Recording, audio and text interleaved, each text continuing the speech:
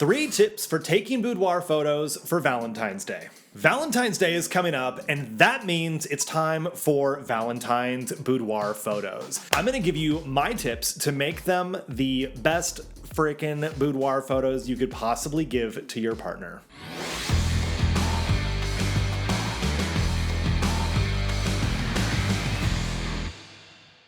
Hello, my name is Mike Lloyd. I am a boudoir photographer in Silicon Valley, California, and I don't like to do normal, boring anything.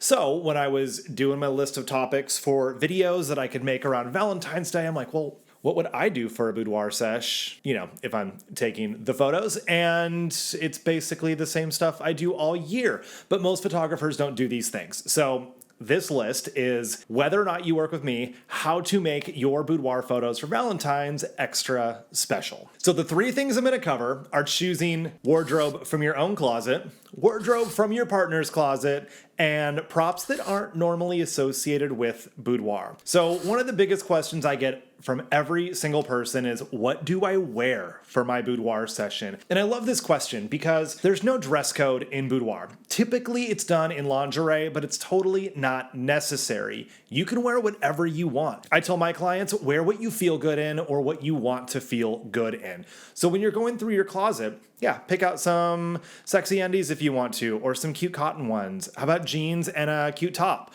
or your favorite dress that you wear out on date night? There are so many outfit choices that you can find by going through your own closet. A lot of my clients are on a fitness journey and they work really hard on their body. And this is an opportunity to bring in your favorite workout outfit, or maybe you've got a pair of yoga pants that you always feel grounded in, and that's one of the ways that you found to center yourself and really find peace. That's amazing. Bring that to your session. Those are great outfit choices to show off you. We photographed clients in their wedding dress, not at the wedding because I don't touch weddings, but they've come in after their wedding and we do really great photos with the dress. Or I had somebody recently bring in her prom dress because she was so stoked she got back into shape. She could fit into her high school prom dress. She wanted photos in it. This was a gorgeous dress. It almost looked like a wedding dress, but that was a fun thing that we got to do as well. So a ton of options. It's whatever you feel good in or whatever you want to feel good in. That is what you should bring to your photo shoot. All right, number 2, items from your partner's wardrobe. Normally, I always recommend doing boudoir for yourself. If you want to share the photos with somebody else, that is amazing, but the experience, that transformation,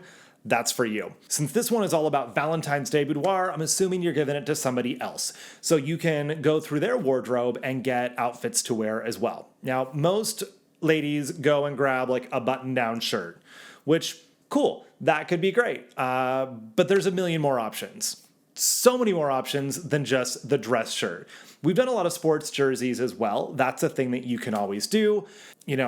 Guys always like to see 2 things that really, really bring them joy combined into one. So taking sexy photos in their favorite sports jersey is a great way to do that. There are also other things that you can wear, like grab a pair of their jeans or work boots, or, maybe they don't wear jeans or boots. You can grab like literally anything else. How about a favorite jacket? Do they still have a suit that you wear or that he wears out on date night or she wears on date night? Great. Bring that, because you can go essentially topless with the sport coat over the top. That's an amazing way to take sexy photos using other wardrobe pieces that aren't just the button-down shirt. A few things to keep in mind. Solid colors are always best, and not always the case. It's not always the most accessible in somebody's closet, but solid colors will photograph better than busy patterns. We don't want you looking like a 90s dance video. Something else to consider is how bright the garment is. If you're in just a white dress shirt, that's going to be really bright in the photo. If you choose a photographer who has a very bright, light, airy style where there's a ton of white and light colors already in the image, not as big a deal. But when you shoot with a photographer who has a more dynamic expression in their work, where you have highlights and shadows, you have darks, you have colors, you have bright things, a mix of ranges, that white shirt is going to stand out like a sore thumb in the photo. And I don't recommend that. So if you grab button downs, anything else, cool, just know that darker colors and solids are better than just plain starched white. That's really important to you. Bring it. We will absolutely make the most of it. but it tends to be really distracting because of how bright they end up in the photos. We've also taken a lot of photos with partners' work accessories and outfits, whether it's like a tool belt or military wives that bring in something related to the unit that their partner is in. It could be a set of BDUs, it could be camouflage anything, it could be an American flag, it can be anything related to what it is that they do. So keep that in mind when you're also going through the wardrobe if there are special things that are important to them. Even just a set of their boxer shorts or something, knee-high socks, if that's a thing. I think of the scene from Risky Business when Tom Cruise comes sliding in on the floor. Actually, hold up. You could also grab a pair of socks and we could slide in on the hardwood floor like the scene from Risky Business. That's a great choice too. There's a ton of different ways that you can find little things. Bow ties, neckties, watches, cufflinks on things, grabbing little accessories like that. Phenomenal way to really spice up the shoot and make it personal without just the button-down shirt. Then we get to my third, I'm showing 6 fingers now. My third option, or my third tip of the day, and this one's my fave, props that most photographers don't think of. Boudoir, we think, oh cool, we have naughty bedroom toys, and we have feather duster, and we have, I don't know, things that you would see in the bedroom already. Boring. You can get so much more creative with that. One of my favorite clients picked up golf as a new hobby, and it was something that she did on her own. It wasn't part of her relationship or her job or anything, but she brought in a new driver and a white glove that she plays with and a gorgeous lingerie set. And we took these beautiful Vanity Fair style portraits of her elegantly posed with a golf club, as opposed to her like ready to tee off and look all cheeseball like that. So that is a great way that we can do that. If your partner plays golf, great. We can do beautiful photos with that without sexualizing the objects. And that's the difference. Boudoir doesn't have to sexualize everything in the photos. You can have a golf club without licking it suggestively. Some other things that we brought in. I had a client who loves to bake, and so we did part of her shoot in just undies and an apron, or strategically holding a rolling pin in front of her to cover the girls. There's a ton of different things that you can do. Do you like hiking with your partner? Great. Cute undies and some hiking boots is a fun way to show that that's a hobby that you both share. What about your favorite band? Do you go to concerts together? Cool. Bring a concert t-shirt from one of those experiences. Was your first date in an Italian restaurant? Fantastic. We can find ways.